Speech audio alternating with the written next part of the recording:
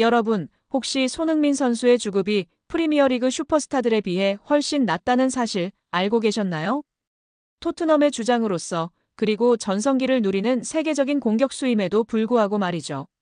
오늘은 손흥민의 실제 주급, 그리고 프리미어리그 다른 스타들과의 비교, 그리고 현지 언론과 팬들이 말하는 진짜 평가까지 함께 정리해 보겠습니다.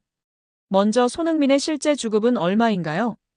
2025년 현재 손흥민의 주급은 약 19만 20만 파운드, 한화로는 약 3억 4천만 원 정도입니다. 토트넘 팀 내에서는 1위에 해당합니다.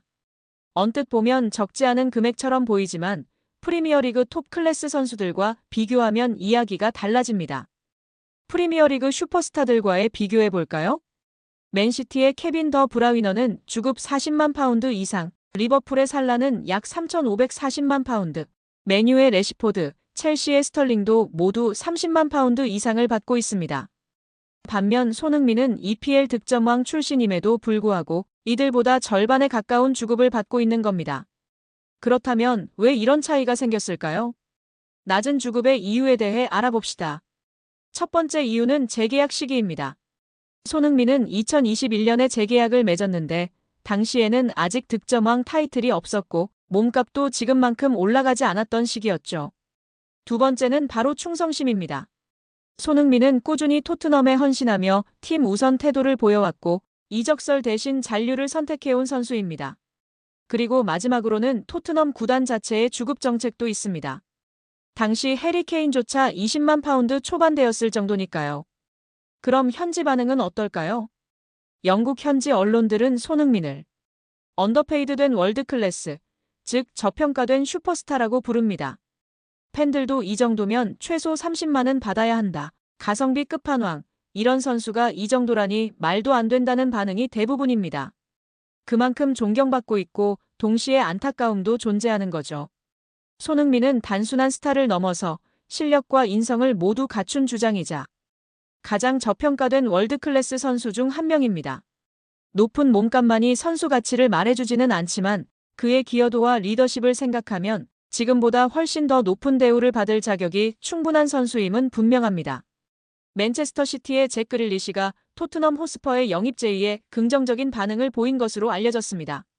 손흥민의 대체자로 거론되던 그릴리시의 이러한 움직임은 토트넘의 긍정적인 신호로 해석됩니다.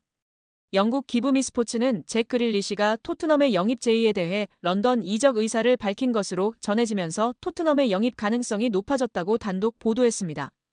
토트넘은 여전히 창의적인 공격수 영입을 위해 시장을 탐색하고 있으며 이 과정에서 노팅엄 포레스트의 모건 깁스 마이너스 화이트 영입을 시도했으나 계약 연장으로 무산되었습니다. 그릴리시는 현재 토트넘의 주요 영입 목표 중 하나로 부상했습니다. 매체는 잭 그릴리시는 현실적인 이적 기회가 생긴다면 런던 이적에 관심이 있으며 챔피언스리그 진출로 인해 확보된 자금 덕분에 토트넘은 웨스트햄보다 유리한 입지에 있다라고 분석했습니다. 그릴리시는 맨시티에서 출전 시간이 줄어들면서 새로운 도전을 고려하고 있는 상황입니다. 2024년도 시즌 그릴리시는 총 32경기에서 3골 5도움을 기록했습니다. 토트넘은 이미 그의 영입 가능성에 대해 초기 문의를 마친 상태이며 정식 제안을 한다면 계약 성사가 유력할 것으로 예상됩니다.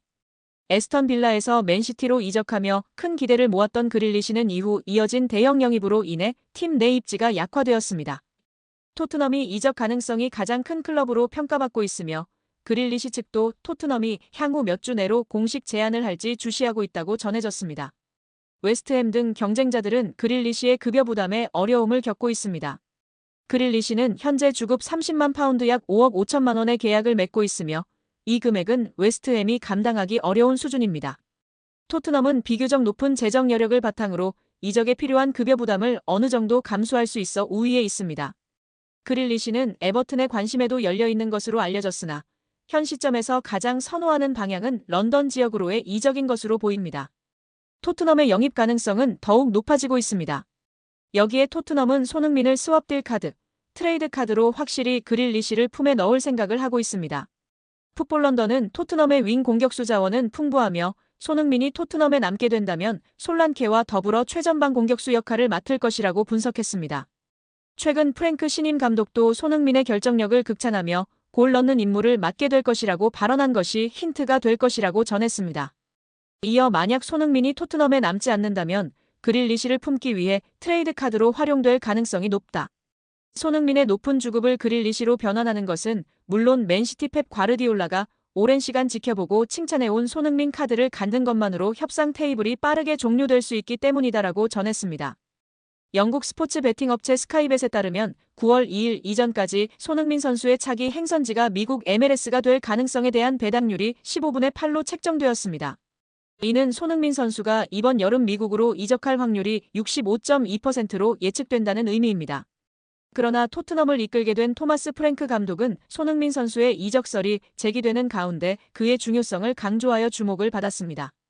프랭크 감독은 맨인 블레이저스와의 인터뷰에서 손흥민 선수에 대해 무엇보다도 손흥민 선수의 업적은 놀랍습니다. 그는 토트넘에서 훌륭한 선수였고 토트넘을 위한 훌륭한 선수입니다. 라고 평가했습니다. 이어 손흥민 선수는 다음 시즌에서 매우 중요한 역할을 수행할 수 있는 선수입니다. 그는 훌륭한 사고방식을 가지고 있으며 성실하게 훈련하고 선수들을 독려합니다. 따라서 기대가 큽니다. 라며 다음 시즌 손흥민 선수와 함께하는 것을 기대했습니다. 이브닝 스탠더드는 프랭크 감독의 발언을 두고 프랭크 감독은 토트넘의 주장 손흥민 선수가 이번 여름에 떠날 것이라는 징후를 전혀 보이지 않았습니다. 라고 주장했습니다.